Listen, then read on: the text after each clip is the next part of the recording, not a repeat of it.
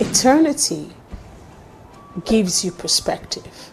Eternity is the lens through which you are able to effectively view your purpose here on earth.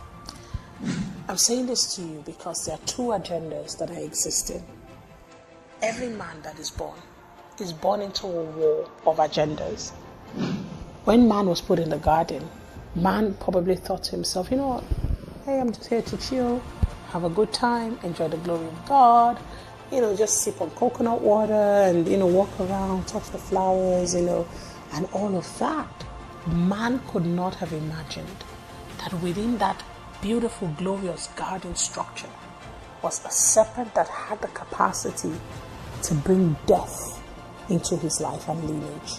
Man could not have imagined. And so many times when we are enjoying the seeming beauty and glory and promotion of this world, we tend to think that there could be nothing better than this. Neither can there be anything dangerous in the midst of this.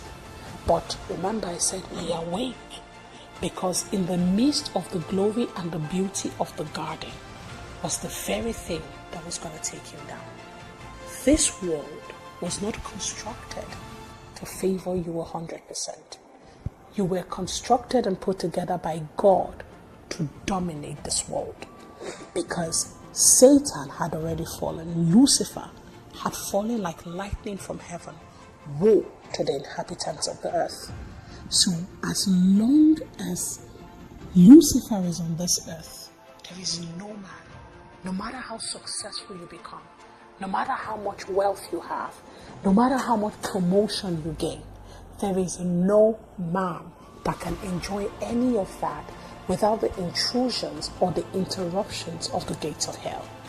Understanding that you were born in the midst of two agendas, and it doesn't matter how weak you feel, it doesn't matter how confused you are, your confusion, your pain, and your struggle can never change the agenda of the kingdom of heaven or the kingdom of darkness.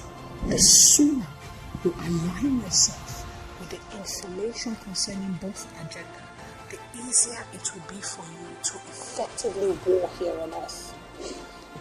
Part of the reasons why I am able to live the way I do and preach the gospel is because I'm not taken aback by the pain and the struggle that I go through in this world. Because somewhere in my mind, I understand that I am the representative of a kingdom, and it is of necessity that the rival kingdom consistently fights me. Because the rival kingdom understands that if he can take down a man of God, then he possibly can weaken the barrier systems of God on earth. So no matter what the trouble is, no matter what the struggle is, I feel it, it hurts me, but I try not to allow it derail me from my purpose, because I know that I do not have all the time in eternity to live out my purpose here on earth. As long as I'm here on earth and I represent God, I am standing in between two agendas. I am a target to the rival kingdom. The troubles that I face are meant to distract me from the agenda. And if I live a distracted life, I would have a life in eternity without reward. But I intend to get my reward. So I'm going to keep my eye on the prize so that I don't get distracted in time, so that I will have a reward in eternity. Now, this is just context that I'm bringing to the whole idea and to the whole idea of purpose. This is just context so that we will consistently remember that there is a frame around which we bring the definition to our purpose. But remember, purpose is not about a single definition. Purpose is about embracing the multiplicity or the multiple nature of God and being able to enjoy the adventure of discovering how this multiple nature of the Father is reflected in you and manifested through you.